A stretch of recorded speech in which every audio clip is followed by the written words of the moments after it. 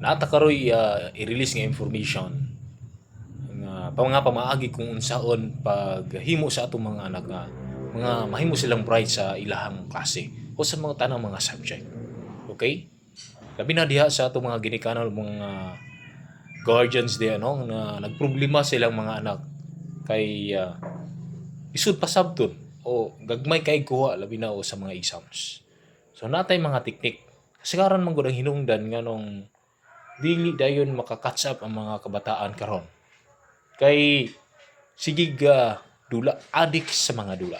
Di ba? Labi na anang gitawag nila og ML. Para mahimo silang bright, kinahanglan maka-concentrate sila. Tutukan jud nila maayo ang ilahang subject.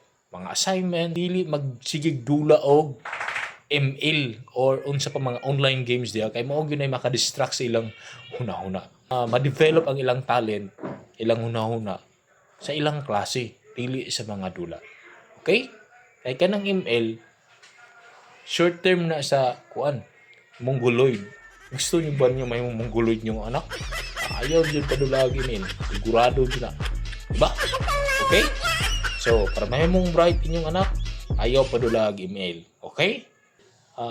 Nak, parang ta. Ilami kay kusuking signal karon.